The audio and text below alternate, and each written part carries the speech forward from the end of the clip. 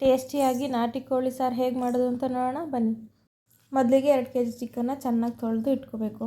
ನಂತರ ಇಲ್ಲಿ ಕಾಣ್ತಿರೋ ಎಲ್ಲ ಇಂಗ್ರೀಡಿಯೆಂಟ್ಸ್ನು ರೆಡಿ ಮಾಡಿ ಇಟ್ಕೊಳ್ಳಿ. ನಂತರ 3 ಸ್ಪೂನ್ ಚಿಕನ್ ಮಸಾಲ ಪೌಡರ್ ಹಾಕೋಬೇಕು. ಇದೇ ಚಿಕನ್ ಮಸಾಲೆ ಯೂಸ್ ಮಾಡಬೇಕಂತ ಏನಿಲ್ಲ, ಮನೆಯಲ್ಲೇ ಮಾಡಿರೋದಾದರೂ ಯೂಸ್ ಮಾಡ್ಬೋದು.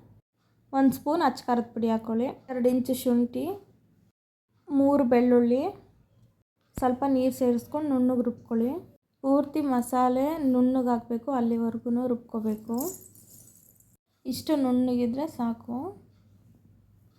ನಂತರ ಇದೇ ಜಾರ್ಗೆ ಅರ್ಧ ಹೋಳುಕಾಯಿ, ಒಂದು 3 ಸ್ಪೂನ್ ಆಗುವಷ್ಟು ಕಡಲೆ, ಒಂದು ಸ್ವಲ್ಪ ಕೊತ್ತಂಬರಿ ಸೊಪ್ಪು, ಇದಕ್ಕೂ ಸ್ವಲ್ಪ ನೀರು ಸೇರಿಸ್ಕೊಂಡು ಇದನ್ನು ನುಣ್ಣಗೆ ರುಬ್ಕೋಬೇಕು.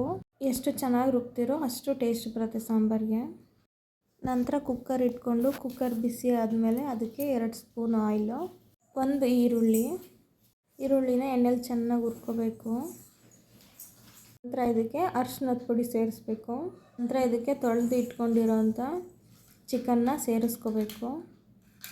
ಎಣ್ಣೆಲಿ ಚಿಕನ್ನ ಚೆನ್ನಾಗಿ ಹುರಿದಷ್ಟು ಸಾಂಬಾರು ಟೇಸ್ಟ್ ಚೆನ್ನಾಗಿ ಬರುತ್ತೆ.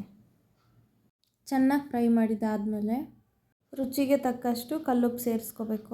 ಫ್ರೈ ಮಾಡುವಾಗಲೇ ಉಪ್ಪು ಹಾಕೋದ್ರಿಂದ ಚಿಕನ್ಗೆ ಚೆನ್ನಾಗಿ ಉಪ್ಪು ಹಿಡಿಯುತ್ತೆ. ನಂತರ ಸ್ವಲ್ಪ ಕೊತ್ತಂಬರಿ ಸೊಪ್ಪು ಹಾಕ್ಕೊಂಡು ಮತ್ತೆ ಫ್ರೈ ಮಾಡಬೇಕು. ಚಿಕನ್ ಎಣ್ಣೆ ಎಲ್ಲ ಬಿಟ್ಕೊಂಡಾದ್ಮೇಲೆ ಅದಕ್ಕೆ ರುಬ್ಕೊಂಡಿರೋಂಥ ಮಸಾಲೆನ ಸೇರಿಸ್ಕೋಬೇಕು. ನಂತರ ಇದ್ರದ್ದು ಕೂಡ ಹಸಿ ವಾಸನೆ ಹೋದ್ಮೇಲೆ ಫ್ರೈ ಮಾಡಿ ಎಣ್ಣೆಲಿ. ನಂತರ ಇನ್ನೊಂದು ಮಸಾಲೆ ರುಬ್ಕೊಂಡಿದ್ವಲ್ಲ ನಾವು, ಅದನ್ನು ಕೂಡ ಸಾಂಬಾರಿಗೆ ಸೇರಿಸ್ಕೋಬೇಕು. ಈಗ ಸಾಂಬಾರು ನಮ್ಗೆ ಯಾವ ಕನ್ಸಿಸ್ಟೆನ್ಸಿಲಿ ಬೇಕೋ ಅನ್ನೋದ್ರ ಮೇಲೆ ನೀರನ್ನ ಸೇರಿಸ್ಕೋಬೇಕು.